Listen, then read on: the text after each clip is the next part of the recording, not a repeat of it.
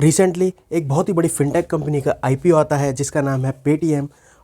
और इस आईपीओ के आने से इन्वेस्टर्स काफ़ी खुश थे।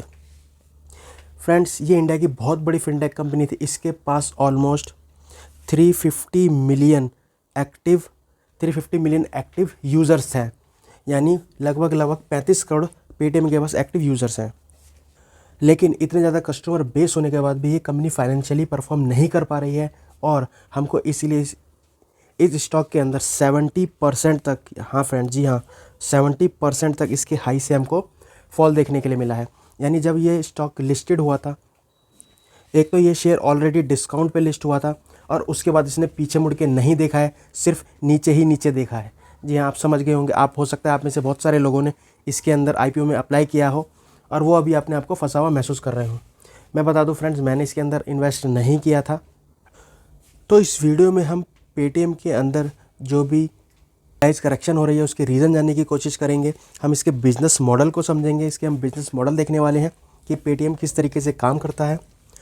और लास्ट में आप मेरी ओपिनियन जानेंगे कि क्या मैं इसके अंदर इन्वेस्ट करूंगा या नहीं करूंगा, और उसके रीज़न तो हम इस पूरी वीडियो में जानने ही वाले हैं कि पेटीएम के अंदर हमको इन्वेस्ट करना ठीक रहेगा या फिर नहीं। तो चलिए फ्रेंड्स, अब वीडियो को स्टार्ट करते हैं। अगर आप चैनल पे नए हैं तो चैनल को सब्सक्राइब करना ना भूलें और इस वीडियो को लाइक करें।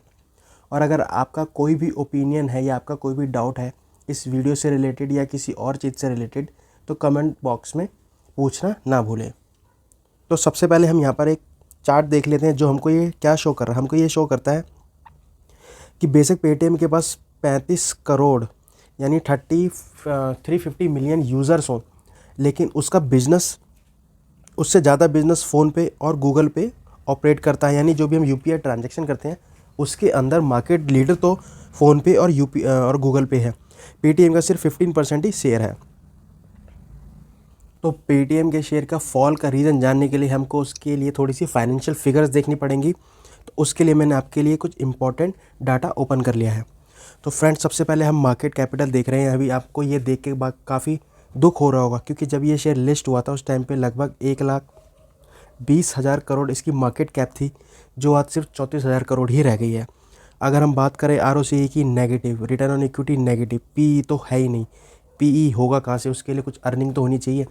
यानी इनका जो टॉप लाइन है, यानी सेल्स तो है इनके पास, बॉटम लाइन इनकी बिल्कुल नील है। यानी नील बटा सन्नाटा, जीरो है, माइनस में है। यानी ये एक लॉस मेकिंग कंपनी है और स्टार्टिंग से ही लॉस मेकिंग कंपनी है। अगर इसकी वैल्यूएशन की बात करें तो प्राइस टू अर्निंग रेशियो तो हमारे पास है नहीं, तो इससे हम आइडेंटिफाई नहीं कर पाएंगे कि ये अंडर वैल्यूड है या फिर ओवर वैल्यूड है। तो ऐसी नेगेटिव कंपनी, यानी इनका नेट प्रॉफिट नहीं होता है, उनके लिए हम प्राइस टू सेल्स रेशियो देखते हैं। इसका अभी ऑलमोस्ट 13 के आसपास है। लेकिन जब फ्रेंड्स ये लिस्ट हुई थी अभी इसका 13 है। प्राइस टू सेल्स रेशियो की मैं बात कर रहा हूँ। लेकिन जब ये कंपनी लिस्ट हुई थी उस टाइम पे ऑलमोस्ट 45 to 50 के आसपास इसका प्राइस टू सेल्स रेशियो था, जिससे हमको ये साफ साफ पता लगता है कि जब ये कंपनी लिस्ट कराई गई थी तो बहुत ही हायर वैल्यूएशन पे लिस्ट कराई गई थी, जो कि उसका करेक्शन होना तय था। इसलिए हमको इतनी ज़्यादा करेक्शन देखने के लिए मिली है, क्योंकि बिज़नेस के फाइनेंशियल के अंदर बिल्कुल भी दम हमको नहीं दिखाई दे रहा है। ऑल दो बिज़नेस, इनके पास बहुत सारा बिज़नेस है, ये बहुत सारे काम करते हैं, अभी हम वो बिज़नेस मॉडल में देखने वाले हैं। लेकिन स्टिल ये प्रॉफिट अर्न करने में अभी तक असफल साबित हुए हैं। फ्रेंड्स, मैं आपको एक और चीज़ बताऊं तो मैनेजमेंट जो कमेंट्री होती है उसको इन्वेस्टर जो होते हैं काफ़ी ज़्यादा प्रेफरेंस देते हैं। इनकी मैनेजमेंट कमेंट्री इस तरह की होती है, आप खुद ही देख सकते हैं। आप पढ़िए, यहाँ पे हमारे विजय शंकर शर्मा सर क्या कहना चाहते हैं। Our business model is not a point business model. We acquire customer for a and then a make some money while more money is made on a derivative of A, which are B, C, D, and then there is an opportunity of E, F, G. अरे कहना क्या चाहते हो? मेरे तो समझ में नहीं आया फ्रेंड्स, मैं तो इसको डिकोड नहीं कर पाया। अगर आप कर पाए हो तो मुझे ज़रूर बताएं। ऐसे ही इनके CFO की बात करें तो उन्होंने अपनी एक स्टेटमेंट में ये कहा था कि हम तो इसको और ज़्यादा वैल्यूएशन पे लिस्ट करना चाहते थे। यानी ये जो प्राइस लेके आए थे जब इसका आईपीओ आया था, ये उससे और ज़्यादा प्राइस पे लिस्ट करना चाहते थे, लेकिन इन्वेस्टर की भलाई के लिए इन्होंने वो प्राइस रखा ताकि उनको एक अच्छी वैल्यूएशन मिले। तो हम सबको पता ही है कि इन्वेस्टर को कितनी ज़्यादा अच्छी वैल्यूएशन मिली है। तो अब हम इसके बिज़नेस मॉडल की यानी बिज़नेस सेगमेंट की बात कर लेते हैं। तो इसके अंदर सबसे पहले तीन तरह के हम इसको तीन सेगमेंट के अंदर इसके बिज़नेस मॉडल को बिज़नेस सेगमेंट को डिवाइड किया गया है। सबसे पहला आता है पेमेंट सर्विसेज, यानी हम जो भी पेमेंट करते हैं, चाहे वो वॉलेट के थ्रू पेमेंट करें या फिर बारकोड के थ्रू जो पेमेंट करें, जो हमने शॉप्स के ऊपर देखा होगा ना, बारकोड लगा रहता है, एक बॉक्स रखा रहता है, उससे हम पेमेंट करते हैं। तो फ्रेंड्स, इनका सबसे ज़्यादा रेवेन्यू यहीं से आता है, पेमेंट सर्विसेज से आता है, जो कि ऑलमोस्ट 75% तक इनके रेवेन्यू मॉडल में दिखता है।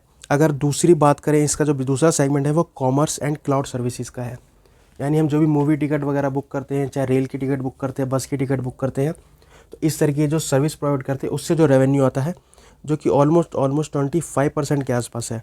और जो तीसरा इनका जो बिज़नेस सेगमेंट है वो है फाइनेंशियल सर्विसेज, मतलब जो भी डेबिट कार्ड, क्रेडिट कार्ड या फिर जो गोल्ड वगैरह या फिर डीमेट अकाउंट की फैसिलिटी वगैरह जो प्रोवाइड करते हैं, ये फाइनेंशियल सर्विसेज, इनका रेवेन्यू वहाँ से आता है, जो कि 5% है। फ्रेंड्स, इनका बिज़नेस बहुत ज़्यादा डाइवर्सिफाइड है, यानी इनके पास बिज़नेस बहुत सारा है और बिज़नेस बहुत ही ग्रोथ बिज़नेस है, क्योंकि आजकल हर कोई यूपीआई पेमेंट यूज़ करता है, आजकल सब ऑनलाइन टिकट वगैरह बुक करते हैं, यानी इसके अंदर ग्रोथ बहुत ज़्यादा है, लेकिन ये ही उतना ही ज़्यादा कॉम्प्लेक्स भी है और इसके अंदर कंपटीशन भी उतना ही ज़्यादा है, क्योंकि मार्केट में और भी बहुत सारे ऐसे फिनटेक प्लेयर हैं जो सेम सर्विस प्रोवाइड करते हैं, और इसी कारण से इनके बिज़नेस के अंदर हमको ज़्यादा ग्रोथ नहीं देखने के लिए मिल रही है। यानी इनका रेवेन्यू इंक्रीज़ तो हो रहा है, लेकिन वो बहुत स्लोली इंक्रीज़ हो रहा है, और इनके जो एक्सपेंस है वो बहुत ही ज़्यादा तेज़ी से बढ़ते जा रहे हैं, इसलिए इनका लॉस भी बढ़ता जा रहा है। यानी कुल मिला के सीधी बात, ये अपना माल बेच तो पा रहे हैं लेकिन प्रॉफिट नहीं कमा पा रहे हैं। तो उस माल बेचने का फ़ायदा है क्या जिसमें मुनाफा ना हो। अब बात करते हैं फ्रेंड्स मेरे ओपिनियन की, मेरे सजेशन की। तो मैं आपको एक ही बात बताना चाहूँगा कि इस तरीके से, हालांकि अभी पेटीएम काफ़ी ज़्यादा करेक्ट हो चुका है, लेकिन फिर भी मैं इसको कोई मल्टीबैगर स्टॉक नहीं मानता, क्योंकि हम क्या कहते हैं कि यहाँ से 10 गुना हो जाएगा। आपको लगता है यहाँ से 10 गुना होगा? कैसे होगा? अगर 10 गुना होगा तो उसकी मार्केट कैप लगभग 4 लाख करोड़ के पास हो जाएगी। लेकिन मुझे ऐसा कुछ भी इस बिज़नेस के अंदर, इनके बिज़नेस के अंदर नहीं नज़र आता जो ये बताता हो, या इनका कोई भी आगे इन फ्यूचर कोई ऐसा बिजनेस प्लान हो जो इनको इतनी ग्रोथ करा पाए। अभी इनका पेटीएम बैंक लाने का भी इनका एक प्लान था, लेकिन उसमें भी आरबीआई ने अपनी टांग अड़ा दी है, और वो भी अभी इनका कुछ होता नज़र नहीं आ रहा है। वैल्यूएशन बहुत ही ज़्यादा पुअर है, हमको इससे बहुत लाख गुना बेटर कंपनीज अवेलेबल हैं, तो हम अपनी टांग इस फालतू के शेयर में इसके अंदर क्यों फंसाएं। अगर आप ऑलरेडी इन्वेस्टेड हैं, तो अगर आपको आईपीओ में मिला था तो ऑलरेडी आप बहुत ज़्यादा लॉस में होंगे, या हो सकता है आप में से काफ़ी सारे लोगों ने लॉस में इसको बेच भी दिया हो और सोच रहे हो कि मैं इसके अंदर दोबारा एंटर करूं। तो मैं आपको यही बोलूँगा कि आप ऐसी गलती ना करें, दोबारा एंटर ना करें। इसके अंदर कुछ पॉजिटिव होने दें, मार्केट के अंदर जो र्यूमर चलते हैं उसके अंदर ना फंसे, कंपनी के फंडामेंटल में कुछ पॉजिटिव होने दें, इनकी जो रेवेन्यू ग्रोथ है वो ही बढ़े। अभी 11-12% के पास से सिर्फ ग्रो कर रहे हैं, वो बहुत कम है। इनको 24 से 25% के इनका रेवेन्यू ग्रो होना चाहिए जिस बिज़नेस के अंदर ही है, लेकिन बिज़नेस बहुत ज़्यादा कॉम्प्लेक्स है। मैं आपको बिल्कुल भी रिकमेंड नहीं करूँगा इसके अंदर फर्दर इन्वेस्ट करने के लिए। तो फ्रेंड्स, ये था मेरा आज का एनालिसिस। आई होप आपको मेरी वीडियो पसंद आई होगी। अगर वीडियो पसंद आई है तो मेरे चैनल को सब्सक्राइब करें और वीडियो को लाइक करें और अपने दोस्तों के साथ भी शेयर करें। That's all from my side friends, thanks for watching.